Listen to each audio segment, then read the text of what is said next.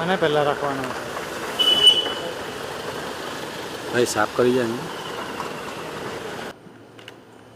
શહેરી વિકાસ વર્ષના 20 વર્ષની ઉજવણીમાં ભાગરૂપ થયેલ વિવિધ વિકાસ કાર્યના ભાગના રંગે માનનીય મહેમાનો અને મંત્રીશ્રીના વરદ હસ્તે અહીં વાપીના જોરદાર તાળીઓની ગોળગોળી સાથે એના ભાગીદારોની કે જ્યારે વાપી હવે નવા પ્રયાણ કરી રહ્યું છે, વિકાસના નવા શિખરો સર કરવા જઈ રહ્યું છે. મોટો પ્રસંગ, હર્ષનો પ્રસંગ કે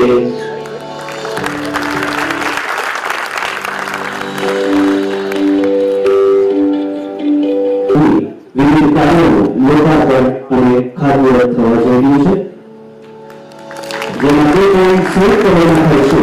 એક તરફ માઉન્ટેન રોડ સીટી મશીન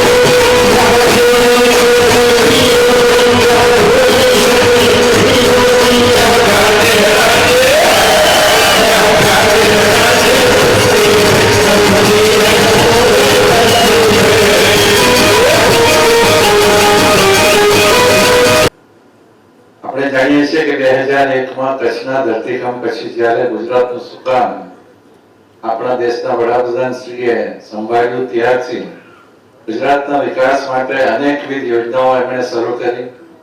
સૌપ્રથમ તો રોજગારી અને ઔદ્યોગિક ઉત્પાદન વધારવા માટે વાઇબ્રન્ટ ગુજરાત શરૂ કર્યું, જેનાથી દેશ વિદેશના અનેક રોકાણકારોએ ગુજરાતમાં પોતાનો ઉદ્યોગ ધંધો શરૂ કર્યો. તે જ રીતે ભારતનો નાગરિક બને અને એની શરૂઆત આપણે બાળકથી કરી અને નાના બાળકના શાળા પ્રવેશોત્સવથી શરૂઆત કરી. આવા અનેક આયામો, વનબંધુના વિકાસ માટે વનબંધુ યોજના શરૂઆત કરી, સાગર ખેડૂ માટે સાગર ખેડૂ યોજના શરૂ કરી.